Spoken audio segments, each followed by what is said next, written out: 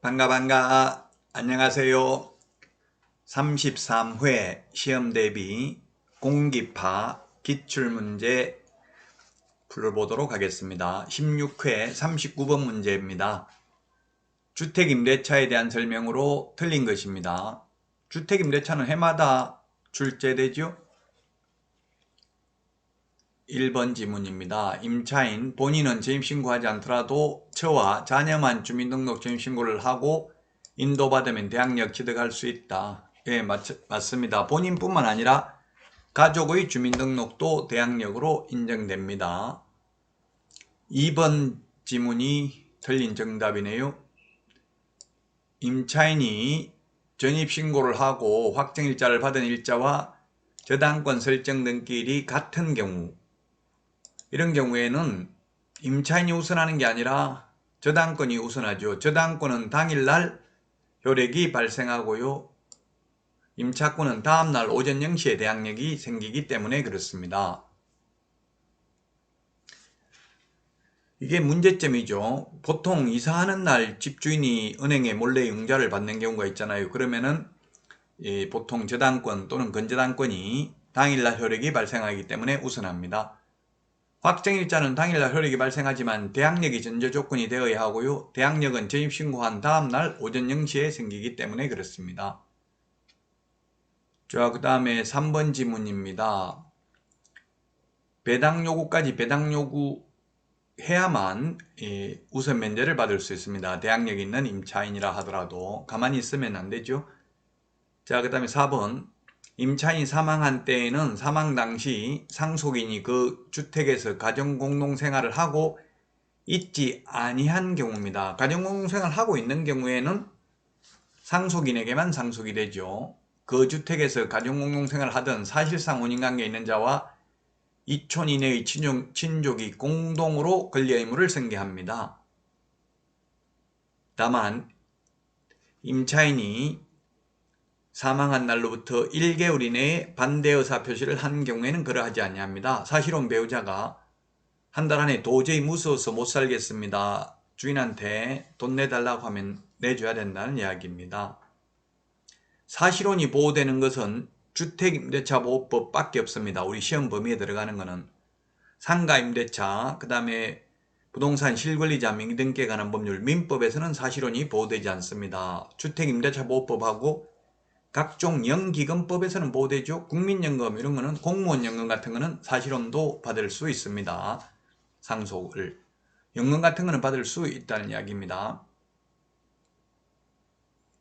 자, 그 다음에 5번 주택임대차보호법상 차임 등의 정액 청구에 대한 제한 규정은 임대차 계약이 종료된 후 재계약하는 경우에는 적용되지 않습니다.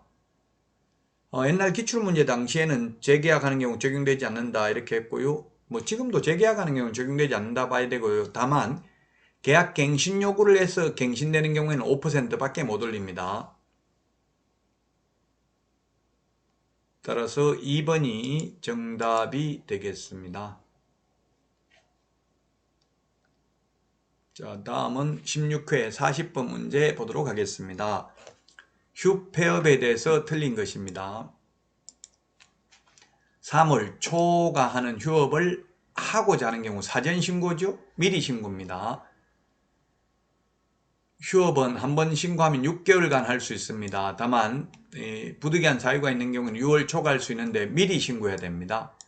휴업, 폐업, 재개, 변경 신고는 다 미리 신고해야 됩니다. 재개 신고도 미리 해야 됩니다. 휴업 신고를 한 후 재개하고자 하는 경우 사전에 미리 신고를 해야 됩니다. 자, 그 다음에 4번 지문입니다. 개업공개사가 사망을 한 때에는 그 개업공개사와 세대를 같이 하고 있는 자가 지체 없이 폐업 신고를 해야 된다. 이게 틀렸네요. 세대를 같이 하고 있는 자가 공인중개사법 자체를 모르잖아요. 그래서 옛날에 이런 게 있었는데 이거 제가 건의해가지고 폐지됐습니다. 왜 세대를 같이 하고 있는 자가 공인중개사법 공부를 안 했는데 이런 규정이 있는 것 자체를 모르잖아요. 그래서 할 수가 없겠죠. 따라서 이제 폐업 신고 안 해도 되고요. 그 행정전산망을 통해서 우리 사망하면 한 달 안에 동주민센터에 사망신고해야 되잖아요.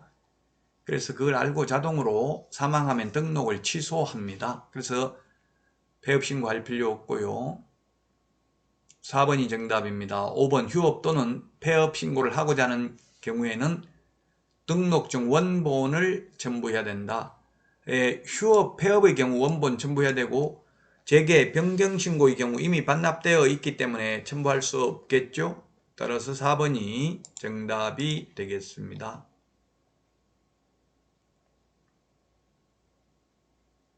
자, 다음은 17회 1번 문제 보도록 하겠습니다. 틀린 것입니다. 1번에 보면 확인설명서는 3년간 보존해야 됩니다. 전속중개계약서도 3년이고요. 거래계약서는 5년 보존입니다. 매수신청대리 관련 서류 5년 보존입니다. 공인전자문서센터라는 것은 전자계약서를 작성했으면 따로 종이계약서, 종이확인설명서 출력해서 보존할 필요 없다는 이야기입니다. 자, 그 다음에 2번 지문입니다.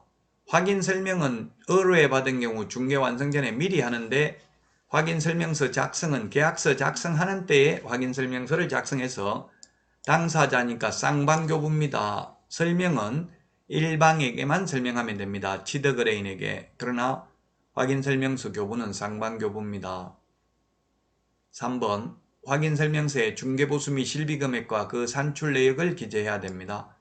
옛날에 없었는데 옛날에는 중개보수를 받으면 영수증을 교부하고 5년 동안 보존할 의무가 있었는데 지금은 그러한 의무가 삭제됐기 때문에 중개보수를 초과해서 받을 수 있기 때문에 확인 설명할 때 중개보수 산출 내역을 설명해야 되고 또 확인설명서에 기재도 해야 되고 거래계약서에 확인설명서 교부 일자까지 기재함으로써 3중의 보안장치를 마련함으로써 중개보수를 초과해서 받을 수 없도록 했습니다. 자, 그 다음에 4번 지문입니다. 개업공개사는 확인설명을 위하여 필요한 경우에 매도 임대 의뢰인입니다. 즉 권리를 이전하고자 하는 의뢰인에게 상태에 관한 자료 요구를 할 수 있습니다. 내외부 시설물의 상태, 벽면 및 도배 상태, 일조, 소음, 진동 등 환경 조건에 관한 자료 요구를 할 수 있습니다. 그 자료 요구에 반드시 응해야 될 의무는 없죠. 불응한 경우는 그 취지를 매수 임차 의뢰인에게 설명하고 확인설명서 서식에 기재도 해야 됩니다. 5번이 정답이 되겠네요. 확인설명서 보존하지 않는 경우에는 가태료가 아니라 6월 이하의 업무정지입니다. 개업공개사가 확인설명하지 않거나 근거자료 제시하지 않는 경우 또는 잘못 설명한 경우는 500만원 이하의 가태료, 소속공개사가 잘못 설명하면 자격정지 사유입니다. 소속공개사는 보존 의무는 없죠. 그래서 5번이 정답이 되겠습니다. 자, 여기까지 하고요. 다음 시간에 찾아뵙겠습니다. 여러분 수고하셨습니다. 안녕히 계십시오. 안녕.